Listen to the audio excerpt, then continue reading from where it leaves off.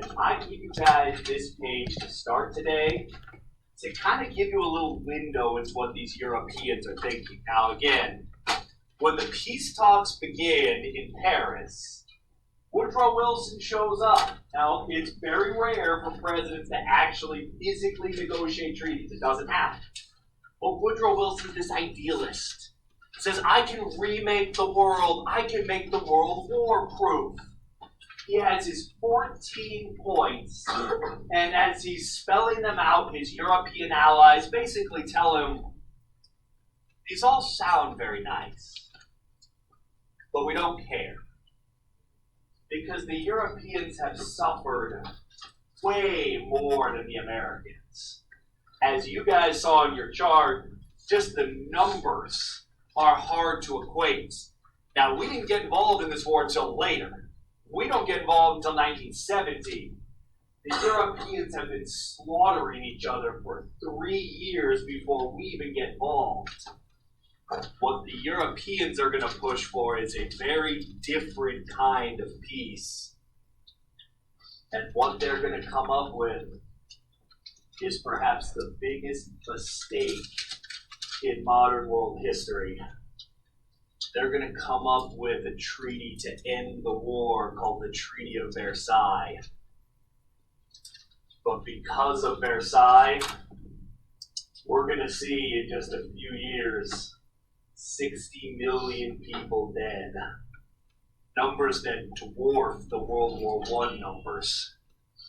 Now, the Treaty of Versailles has multiple things that are going to really be weaknesses about it. What we're going to see at Versailles is first, the winners of the war are going to dictate the peace. The Allies are going to say, this is what the post-war world is going to look like. Now, you can see up here, it's the Allied powers that are represented. It's the Brits, it's the French, it's the Americans. Who's an Allied power who was left out of this? Why are the Russians not invited? What did they do? Yes, will. They will, yes. But let me ask, why are they not even invited to the peace treaty? Campbell, why aren't they there? They've dropped out of the war. They signed their own deal with Germany. We're going to see this manifest itself a little bit later on. Because at Versailles, the Central Powers aren't even invited. They are told, this war is coming to an end. We will dictate the peace, and we will tell you what the peace will entail. And if you don't like it, we can simply start the war again. What is that ace, that trump card that the Allies have that Germany simply doesn't? Let me say it like this. Can the French really keep fighting this war for very long? No, we were talking about they maybe had 2 weeks left. Do the Brits want to keep fighting this war?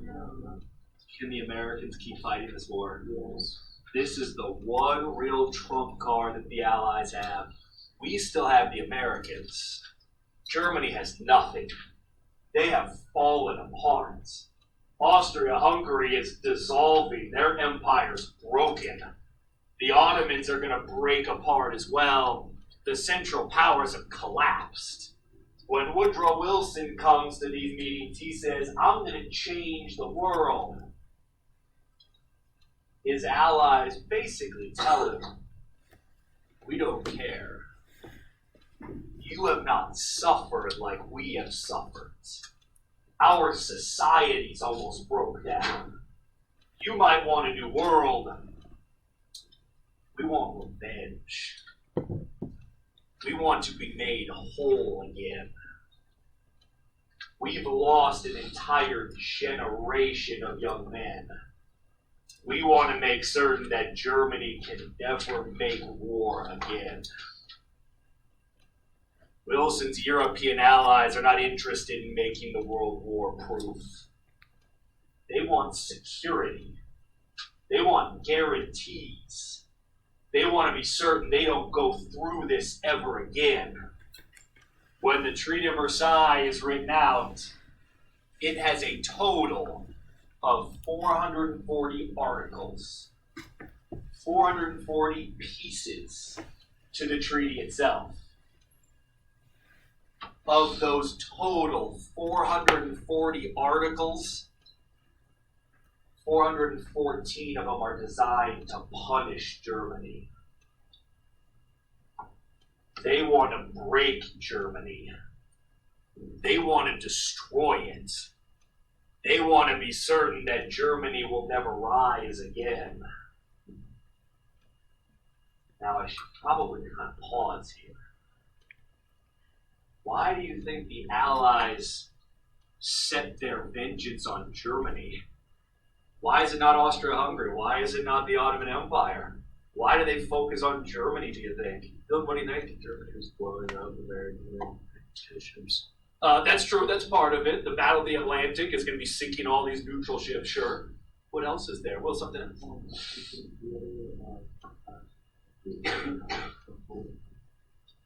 Sure, they have fallen apart. You're absolutely right. The Ottomans, not a threat. Austria-Hungary breaks apart. Something else. Yes, Brent? Wow. Germany's past put them through a lot of this and backed out. Okay. The war just kind of stops. Yeah. Germany's the one that's really the power of the Central Powers. The Ottoman Empire, do you remember what they were nicknamed? The old sick man of Europe. They're not the power.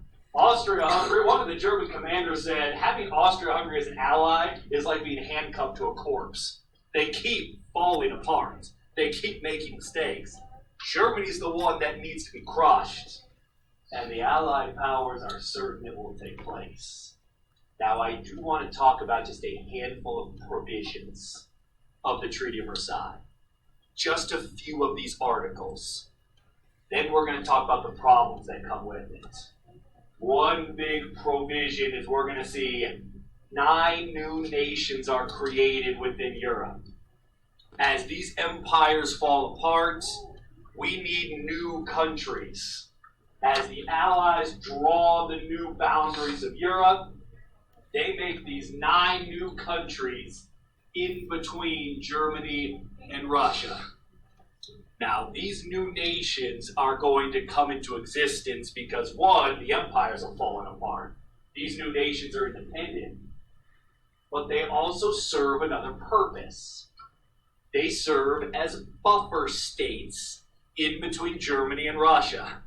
There's an old saying that says, when 2 powers share a border, they will eventually be conflict. If we can keep the Russians and the Germans separated, perhaps we can avoid war. Now, the idea is there. The problem is these lines are drawn completely artificially. The Allies don't really know what they're doing when they draw these new countries in, and they're putting together people that may or may not get along at all. Provision number 1. How's it going?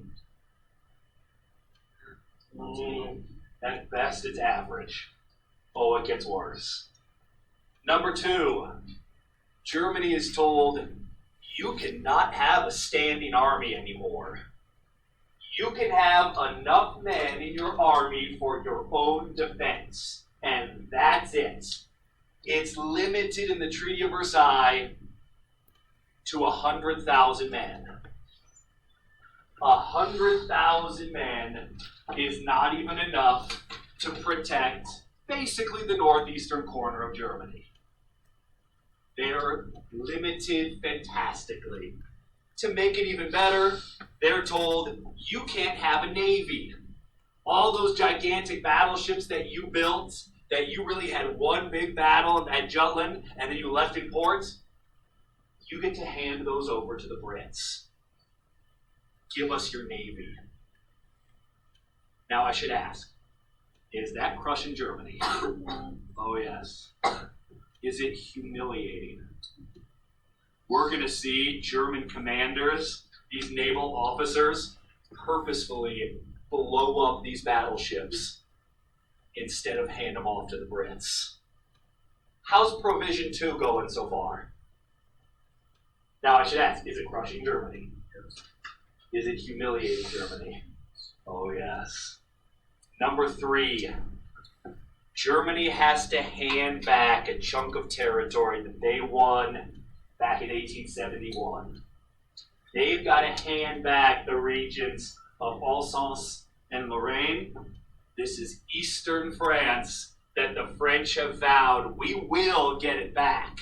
It's going to be ours again. They take back this giant chunk of territory and it becomes France proper once more. Now again, is this humiliating to Germany? They're having the peace dictated to them. Next one. Germany has to pay for the war. Germany has to pay reparations. The Allied powers are going to do the math on how much damage was done, and they do the math on how much money every single life was worth. They assign an amount for every French soldier that died, British soldier that died, American soldier that died, and they come up with a number.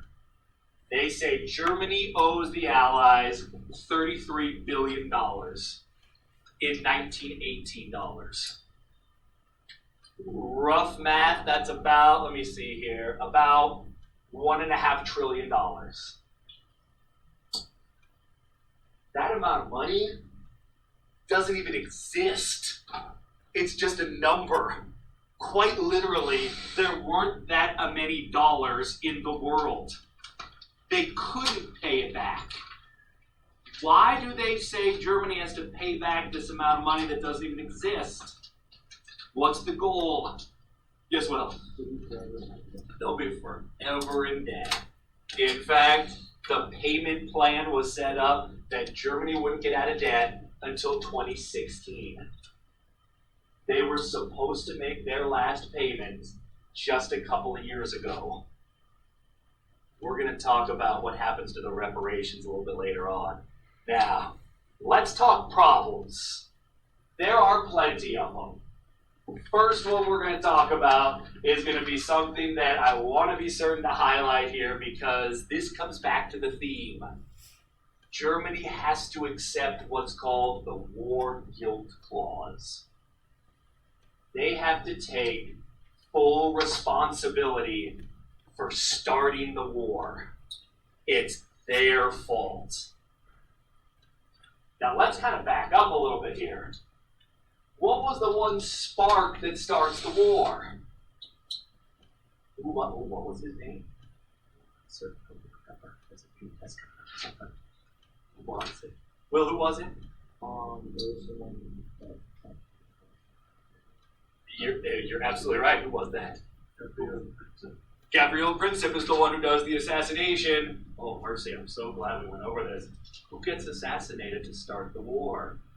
He's the heir to the throne. What's his name? Don't you remember? Oh, mercy. I certainly hope we remember that. Who was it? Guess what? Excellent. It's the Archduke Franz Ferdinand assassinated. The heir to the Austria-Hungary throne. But we have this Serbian nationalist who in fact pulls off the assassination. So I need to ask, who's at fault for starting the war? Could you say it's Serbia? Sure, he was Serbian, but he's just really a terrorist. He works for the Black Hand, a nationalist group. So is it Serbia's fault? No. Maybe not, but who promised to back Serbia? Russia. Russia declares war on Austria-Hungary. Is it Russia's fault?